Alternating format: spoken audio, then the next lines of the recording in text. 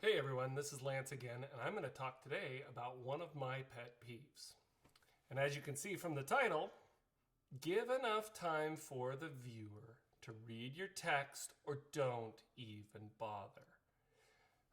All I seem to see these days is everyone's doing TikToks and other videos, and they're all just doing the little thing, right? They're just like doing the whatever, and they will post the little text all over, changing around. So my hope is my little rant will give people a better chance to fix this. One, so I don't get pissed off, but two, it's better for them in terms of their communication. So let's get started. I put a little slides together and I'm going to simulate what most of those videos are like. You can add the techno music in the background, the boom, right? So this is what it's normally like to go through one of those videos. And we begin. So, typically you start with this, and this is my little bit about Maya nodes. So,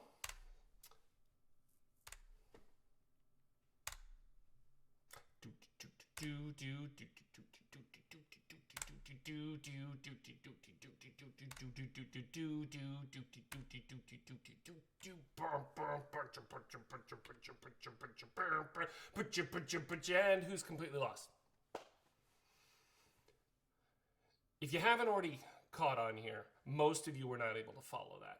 But countlessly, at least 1, 2, 3, 4 a day, I see people doing this, and they're doing the little thing, and they got the whole family involved, and they're sitting there talking about what's it like to do a certain job or have a certain number of kids or whatever. And I get it. Most people that are doing those are probably not people that have come from a film background or a communication background or have anything other than an ability to look photogenic and do a little dance that they kind of timed out. The problem is, a lot of people do this without doing TikTok videos. They do it in terms of how they deliver content. They do it in terms of how they're presenting. I see this with my students all the time. They'll just run through a slide series. They'll spend way too much time on a slide that has no information, and then they will spend no time on a slide that's just filled with text. How am I supposed to read it all? Okay. And so I have an example slide that's going to come up here. And this is something that anytime you deal with a documentary or anytime you deal with text in film, this is a really big issue. You have to give enough time for the viewer to actually be able to read that text. So as an example, I'm going to give you the text that I originally wrote on this rant, which is now, and I'm going to time it. Okay. My new pet peeve. If you make a TikTok or some bullshit video pounding your fists to beat or lip sync some song while having interspersed narrative messages written amidst the screen and always in different places, give the viewers time to read the caption or don't fucking bother making the video at all. If you write more than 5 words for a viewer to see in less than a second and in different screening positions, it takes time for their eye to look to that specific area of text before it then immediately disappears. The result is that your entire message is lost, in which case your entire reason for making the video that only you know the meaning of is lost. The entire effort is vain, self-gratifying, and purely masturbatory. As can be evidenced by comedians and politicians of late, don't masturbate in front of people.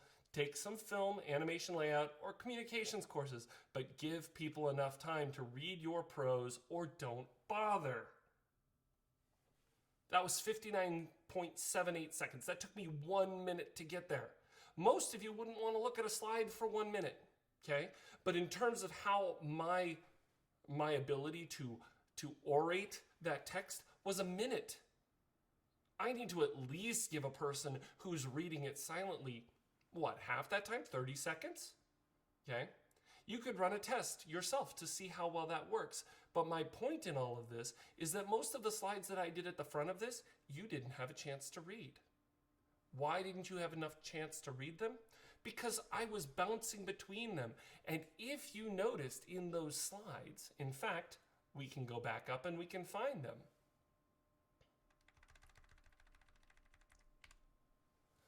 The text is moving around. It's not always in the same place. What is a node? In Maya, a node is a data structure. Oh, and I went and screwed it all up by going to the end. So sorry about that. Again, I'm trying to get this thing all done for you guys to make it nice and clean, and then I hit the wrong button. What is a node? In Maya, a node is a data structure. What is an attribute? In Maya, an attribute is a value contained in a node.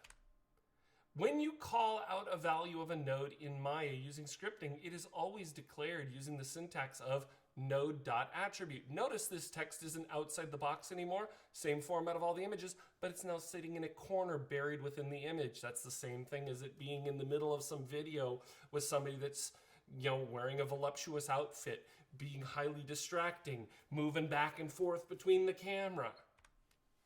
You can connect nodes via the connection editor or through basic expressions in the expression editor. Notice how these images are moving around a lot, and the text is having to move around for it. It takes time for you to get through that. This one doesn't even have any text. So you're planning on looking for text. You're going to spend time just swimming around looking for something that doesn't exist. And you can even use Python, which in Maya we refer to as PyML. Now, most of you didn't know you were going to get a little lecture on Maya today.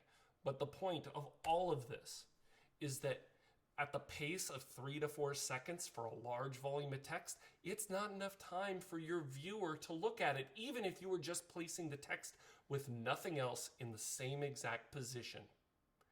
If I can't read it, just text on a blank field, how am I supposed to read it when I'm looking around at this kind of stuff all over the place? It's a basic failure of composition. And I get it, it's just people having fun. But it's a failure of communication. And at that moment where I'm sitting there feeling now like you wasted my time because I couldn't read it all, I'm not going to read it again. So your entire reason for doing that, what? You wanted to get a couple hits?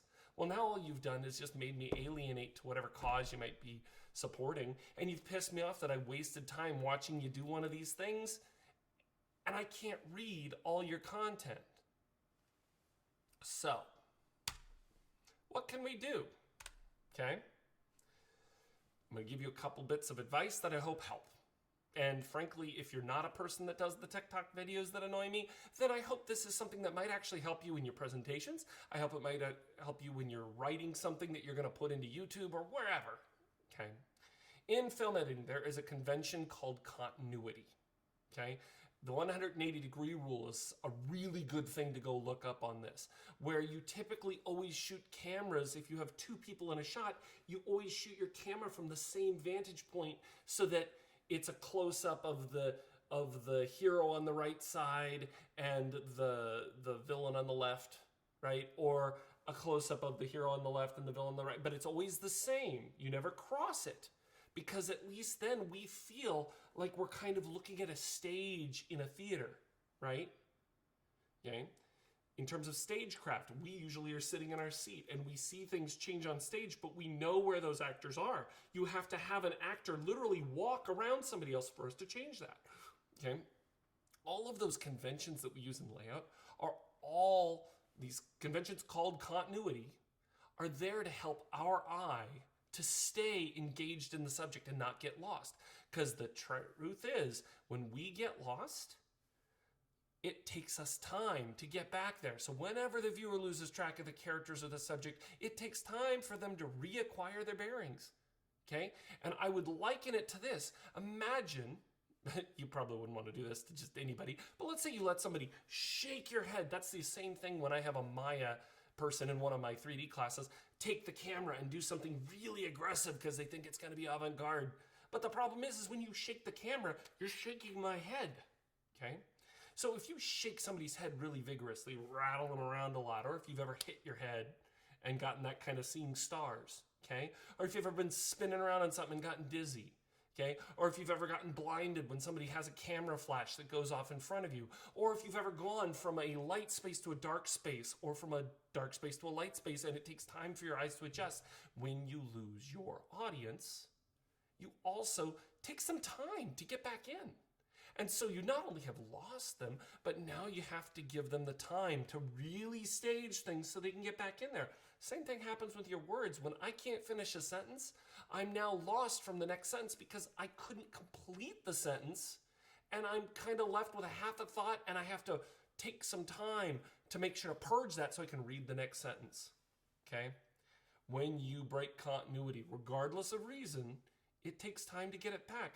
This is some of the foundation of how film editing works. Okay? So when you're communicating something with text, you have to observe those rules or you're going to lose me.